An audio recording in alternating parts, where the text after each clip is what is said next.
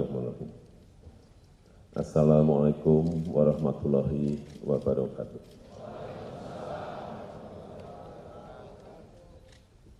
Selamat pagi, salam sejahtera bagi kita semuanya. Om Swastiastu, Namo Buddhaya, salam kebajikan. Yang saya hormati Menteri Sekretaris Negara, Gubernur Jawa Barat, Wali Kota dan Wakil Wali Kota Bogor, beserta seluruh jajaran Forkopimda, seluruh wali kota yang hadir dari seluruh tanah air, Bapak-Ibu sekalian yang saya hormati.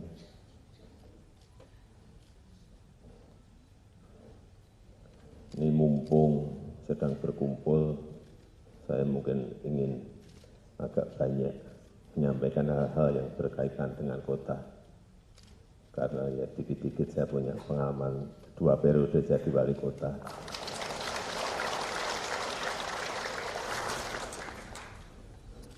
Yang kita tahu 1900 itu kota populasinya baru 10%.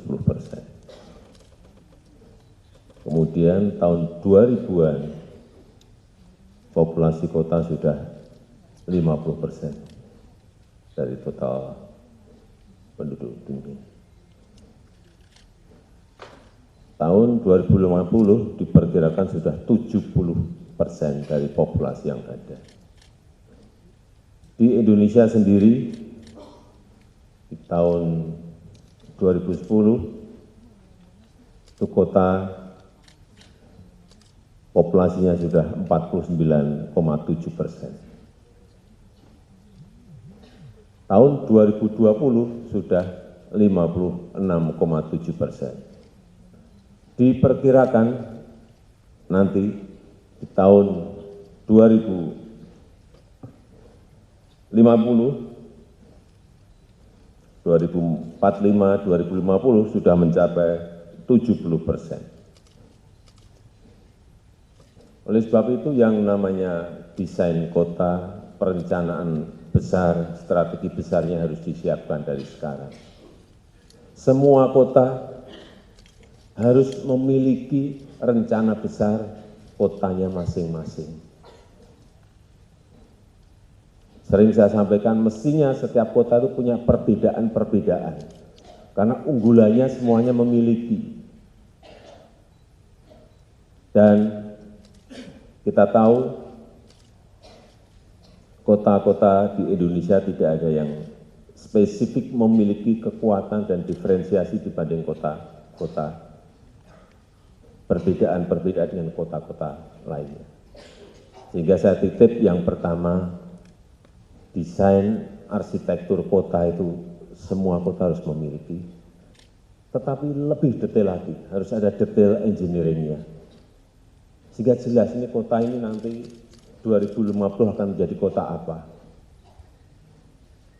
Karena sebetulnya keunggulan-keunggulan kuat itu akan nanti memunculkan karakter kota itu dibawa kemana. Saya berikan contoh kota-kota dunia yang menarik menurut saya. Ada di California, di Sunnyland. Ini sering saya ceritakan. Satu kota punya padang golf 37. Semua private jet hampir setiap hari datang ke sana hanya untuk golf. Kita nggak bisa bikin seperti itu. Di tempat-tempat kota-kota yang agak dingin, saya nggak tahu kota mana. Kenapa tidak? Ada kota yang punya spesifikasi membuat pameran setiap 2 minggu sekali, pameran tingkat dunia di Köln, Jerman. Tiap 2 minggu pameran terus, pameran fotografi, pameran outdoor, furniture, pameran teknologi, terus hidupnya hanya dari pameran kota itu.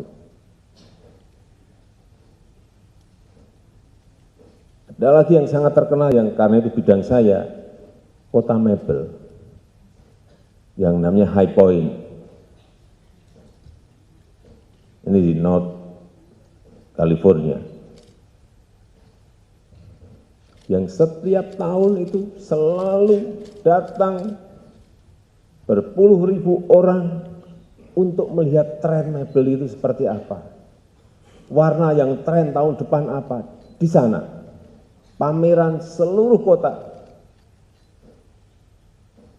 Kalau kotanya misalnya di Bogor itu, nginepnya kita bisa di Banten, bisa di Jakarta, karena udah nggak muat kotanya. Kenapa kita tidak? Saya berikan contoh misalnya Ambon. Kekuatannya menurut saya ikan. Kenapa tidak dibuat, direncanakan mulai sekarang seluruh fasilitas yang berkaitan dengan ikan? Enggak ada yang di pikiran yang lain Ambon kecuali ikan. Cold storage-nya, pelabuhannya, konsep besarnya ikan. Mengundang setiap tahun misalnya konferensi mengenai ikan.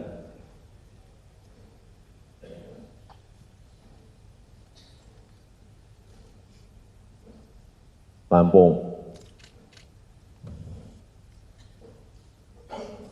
kota nanas atau kota pisang, karena sangat terkenal sekali pisang dan nanas di Lampung.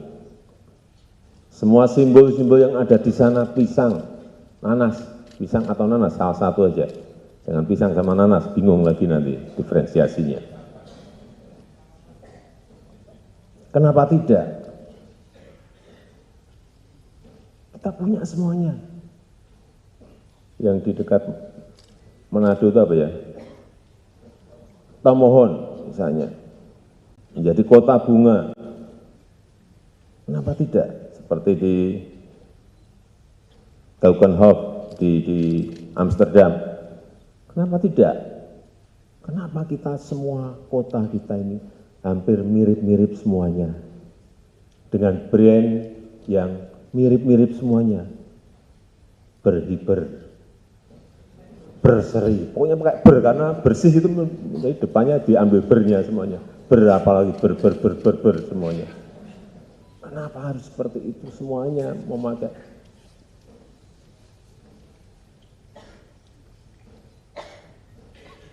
Jadi kekuatan kota itu betul-betul muncul, karakter kotanya muncul, tapi itu semuanya harus didesain sejak awal seperti tadi disampaikan oleh Pak Bima Arya.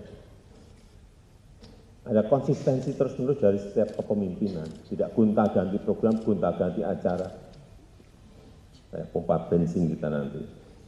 Dari nol terus, dari TK sudah sampai SMA, balik lagi ke TK, sudah sampai SMP, kembali lagi ke SD, mau mulai lagi.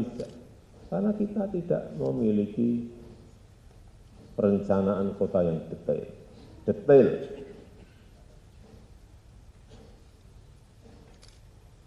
Dan gagasan besarnya ada, direncanakan dengan baik, direncanakan dengan detail, ada gambarnya, ada detail engineering-nya, sehingga setiap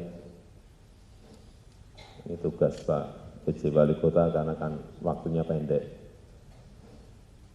Ya dibuat itu, perencanaan kotanya detail sudah. Landscape kotanya, undang arsitek-arsitek landscape yang baik, sehingga kotanya itu kadang-kadang kalau masuk ke sebuah kota, dari si catnya aja saya sudah tahu ini dari partai apa.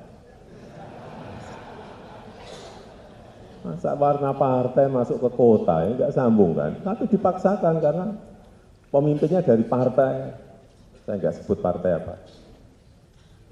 Dari partai A, oh, langsung catnya ungu, enggak menyinggung catnya ungu. Waduh, nggak sambung. Kantor-kantornya Pemkot juga dicat ungu. Nah, pakai. Kalau saya sudah hampir setiap hari sih ke daerah desa, oh ini dari partai ini. Wali kotanya ini dari partai ini. Termasuk baju yang kita pakai sekarang ini.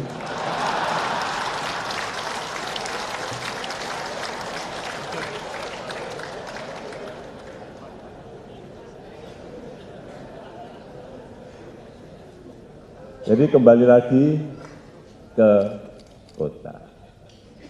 Ke depan memang harus betul-betul gagasan-gagasan besarnya kita rencanakan, kita desain, sehingga kita memiliki kota-kota dengan kekuatannya, dengan keunggulannya sendiri-sendiri. Tidak sama semuanya.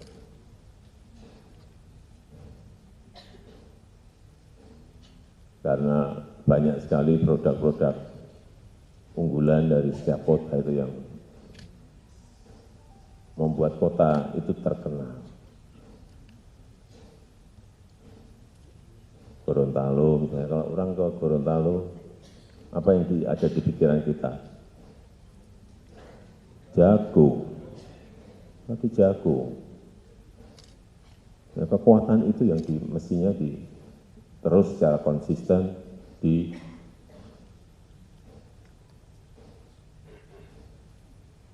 dilaksanakan, dikerjakan setiap tahun dengan. Dan yang kedua saya titip ini kalau perencanaannya ada itu perencanaan yang terkonsep secara total. Untuk contoh saja, membangun sebuah jalan. Kita itu kalau membangun sebuah jalan, ya hanya jalannya saja.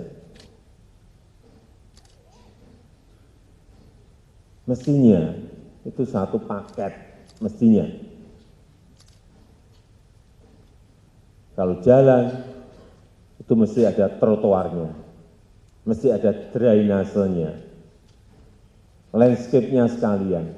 Jadi barengan, jangan yang bikin jalan sendiri, nanti untuk trotoarnya tidak dikerjakan sehingga didahului oleh pedagang kaki lima. Baru bingung kita kalau sudah ada berbondong-bondong warung di pinggir-pinggir jalan itu. Kalau trotoarnya dibuat, drainasenya juga disiapkan. Secara satu paket. Landscape-nya sekalian. Kita ini sering estetika kita itu menjadi tidak nampak karena landscape-nya tidak. Padahal kita memiliki arsitek landscape yang sangat pintar dan sangat kuat. Tidak juga dibuat sendiri-sendiri. Nanti ini jalannya 5 tahun lagi drainasenya kita harus menggeser dagang kaki lima, ada ongkos politik dan ongkos sosial lagi, sehingga secara total menjadi jauh lebih mahal. Beda kalau sekalian, meskipun baru bisa yang direncanakan 10 kilo, baru 2 kilo enggak apa-apa. Tahun ini 2 kilo, tapi semuanya juga tahun depan 2 kilo, maju-maju terus. Ini yang saya lihat juga. Karena apa? Kembali lagi, ke anggarannya kita ecer-ecer. Saya selalu mengingatkan, jangan sampai anggaran itu sudah anggarannya tidak melimpah, dibagi semua dinas, ini tambah tahun depan tambah 5%, 5%, 5%, 5%, 5%, 5%. Prioritasnya kemana enggak jelas. Apakah mau prioritas ke pendidikan? Ya sudah konsentrasi, 60% anggaran masuk ke pendidikan. Yang 40 oke, dibagi sesuai dengan skala prioritas. Mau infrastruktur, sudah 60% masuk infrastruktur semuanya. Sehingga kelihatan, APBN juga sama. Kalau kita nggak konsentrasi itu, kemana-mana uang itu kemana-mana. Dan akhirnya 5 tahun kita, loh, sudah selesai. Kaget, loh, apa yang saya kerjakan? Apa yang saya tinggalkan? Padahal hampir mirip-mirip. Anggaran itu setiap 5 tahun hampir mirip-mirip. tiap pemimpin kota, pemimpin provinsi, pemimpin nasional sama. Saya rasa itu yang ingin saya sampaikan. Nanti kalau saya ngomong terlalu banyak, terlalu kelamaan. Dan dengan mengucap bismillahirrahmanirrahim, pada pagi hari ini secara resmi saya buka Musyawarah Nasional Luar Biasa Asosiasi Pemerintah Kota Seluruh Indonesia tahun 2023. Terima kasih. Wassalamualaikum warahmatullahi wabarakatuh. Mohon berkenan Bapak Presiden untuk tetap berada di atas panggung. Kami turut mengundang Menteri Sekretaris Negara, PJ Gubernur Jawa Barat, dan Ketua Dewan Pengurus APEKSI untuk naik ke atas panggung mendampingi Bapak Presiden.